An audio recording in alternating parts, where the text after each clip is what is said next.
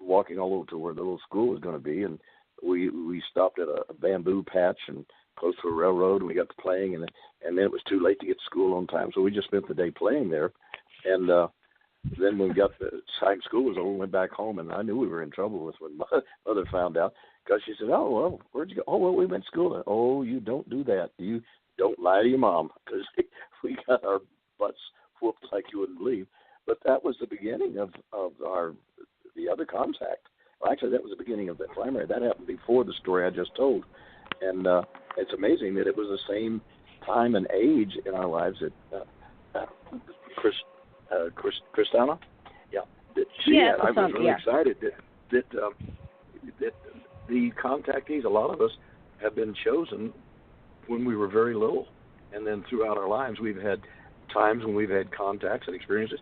And the best way, in being an engineer and my job, I had to regress all of those and hide them and keep other people going. Because one of the first things that common people do say, "Oh, you're nuts," But when you get into hypnotic regression and you get to pulling out all of the details and you start looking at the events and times and places, you realize you're not nuts, and you talk to other people. That's one of the things that if we can do together as teams, help other people that are maybe listening to us, that have had experiences, to feel safe, to come forward. And the more information we get, we're going to discover that the direct contact is going on now with individual people because the governments have tried to hide it to supposedly protect their power. But now, with everyone coming forward, now's the time to tell the stories, the truth. Well, Ida Kannenberg, whose works I publish, had her first encounter with a strange man who walked up and started talking to her at the same age, at about age 7. Wow. And, so that's a very common age. And, that is about the age when the brain reaches its growth. Well, in other words, the brain is on a huge curve until the age of 7. And then it starts leveling out. And I believe that in religion, they call that the age of knowledge.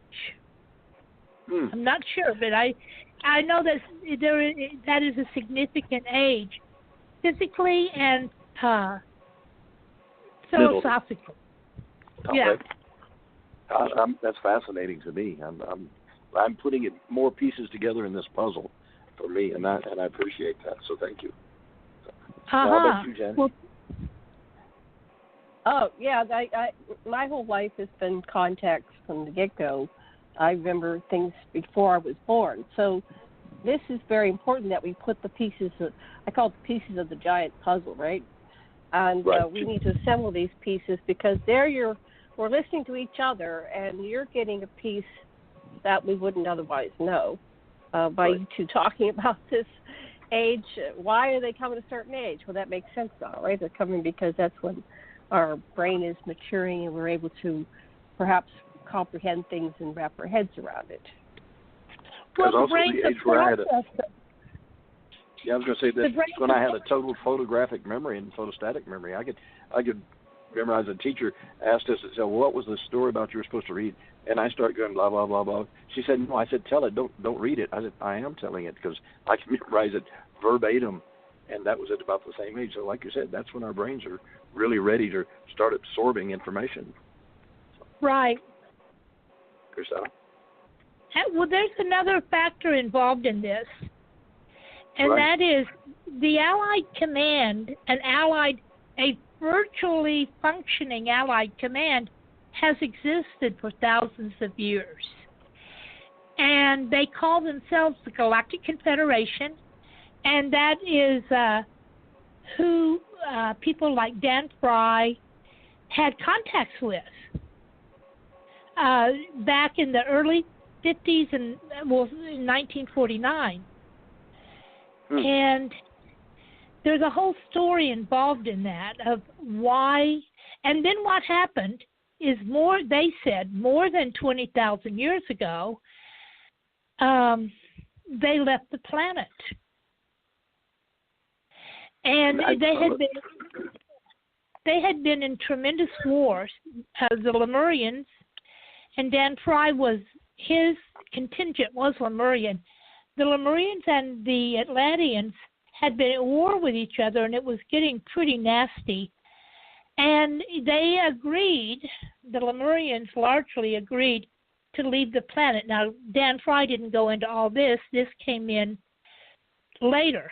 But anyway, they are the ones, the Galactic Confederation, that originated on Earth and with the galactic forces.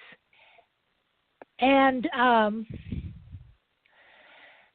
now they're no longer terrestrial. They went to Mars, they went to Arcturus, they went to the moon. And they did it because it was obvious, I think. I'm injecting a little bit here of what my contacts have said to me, that they did it to protect the planet. They left to protect the planet. They were scared that these wars they were having would throw the planet out of orbit. So they left. They sent a lot of people out to other planets that are our ancestors, but they're now on other planets.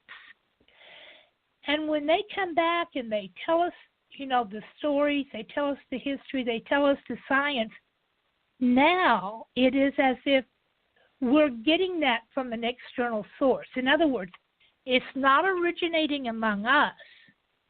It is being given to us and imported into the earth. So it's another point of volition. It's an external volition. But what she's talking about in Allied Command is an internal volition. It originates with us on this planet, and that is the proper sourcing for our growth to determine where we want to go. Otherwise, we're just little puppets. And that's a tremendous concern for my contacts. They say they cannot talk to us about things that unless we have already at least thought of them or originated them in some way. Then they can talk about it because it's building on what originated among us. Does that make sense? I think a lot of this is coming together right now because a good friend of mine, Brad Olson, and then they were coming back here in the next 4 days to Antarctica, and then some of the latest information sneaking past that they were trying to keep quiet is that I'm thinking that when you mentioned that they didn't want to be involved in any more of the conflicts left the planet Earth. Well, they were also that was the same time that there was a major cataclysmic event from the sun, and it froze so fast. There are a lot of them. They were still frozen down in Antarctica. So that information is going to be coming out within about 4 more weeks. That we're going to be putting more pieces together in this puzzle as to how we got here, how we originated here, what has been the genealogy, if you will, of Homo sapiens sapiens.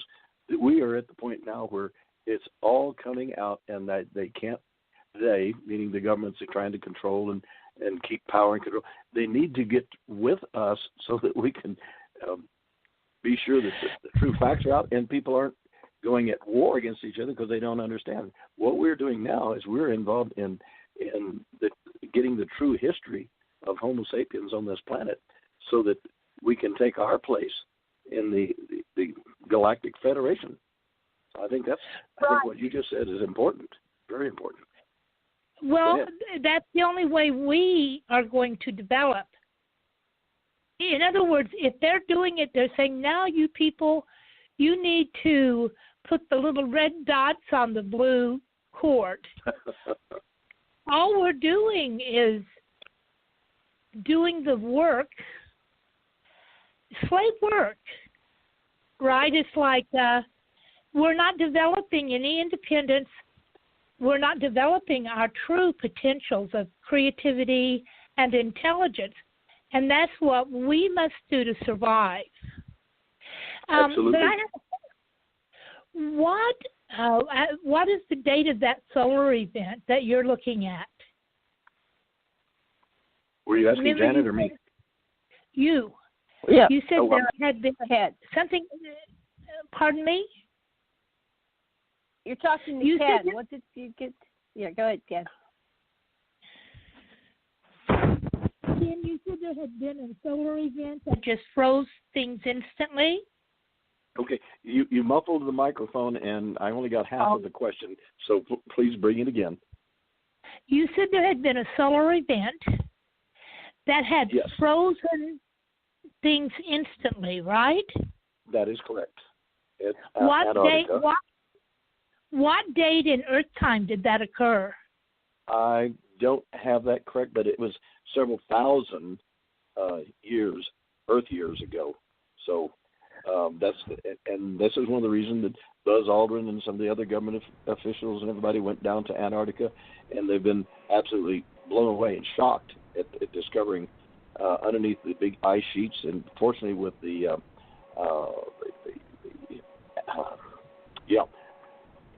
mountains that blow up and that blow up. Yeah, volcanoes. Thank you. Yeah, that's when the poles flipped, sweetie. It was about 12,600 years ago, but it's give or take 1,000.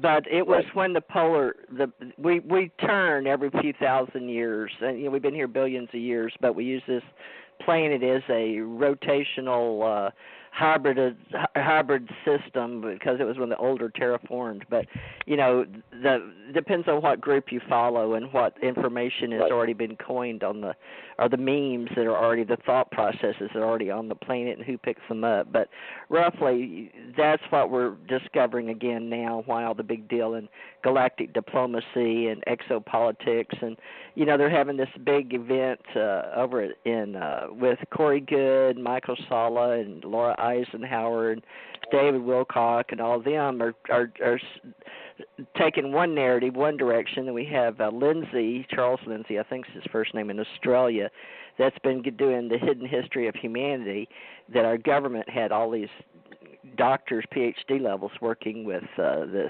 Stanford Institute. Was that SRI, Stanford Research Institute, SRI? And I've talked to some of them before on my radio show years and years ago. And anyway, I've been putting together my own story, but everybody is, unless you can prove it, it's just your own personal hypothesis. But that's why I want to bring us together, because various groups are coming together like our own here and forming their little group as to what they think their narrative, or Janet will say, well, they're still in the narrative, because it may or may not be exactly, like you said, the Galactic Federation, or some people, like we work with Daryl Sims, and Daryl felt strongly that he has Alien Hunter, the original, and we have Alien Hunters as the organization, but he feels like they're hunting the bad aliens. And my husband understood that, and we have in our databases, as hybrids are born here, chosen to live here, history in our DNA coding, our genes, because people say DNA doesn't have memory, but that's where Janet and I came in, and my husband made me the patch, Allied Command, but he would never commit it to the planet, so he drew it. I had an artist rendition, but I've given it to Dr. Lessin has seen it, and Janet's seen it for years, but with also a pyramid code I got that came to the planet. So I got things from extraterrestrials and my husband. And so today's show, Allied Command, I wanted to bring all this together, but I don't think we necessarily have to go back with the old names, but I do get what you were saying, Crysana, because we've heard about the Galactic Federation, all these. This is really old news. Just how do we choose to voice it and make it ours again, right? And all these people are going to this conference out in, Janet, it's August, I think, with Dr. Salla, Laura Eisenhower. Have you been over on Exopolitics, Janet, to pick it up? I haven't seen what the latest ones are. Yeah. It's called Dimensions Disclosure, August 17th to the 19th in Colorado. Loveland, Colorado, at the Sunrise Ranch. You know, the one they have outside. You and I don't like to go on the ranch ones because they're outside. But this is August. It's got Laura Eisenhower, Corey Goode, David Wilcock, Emery Smith, Michael Salla, and a bunch of others that I don't really recognize. But they're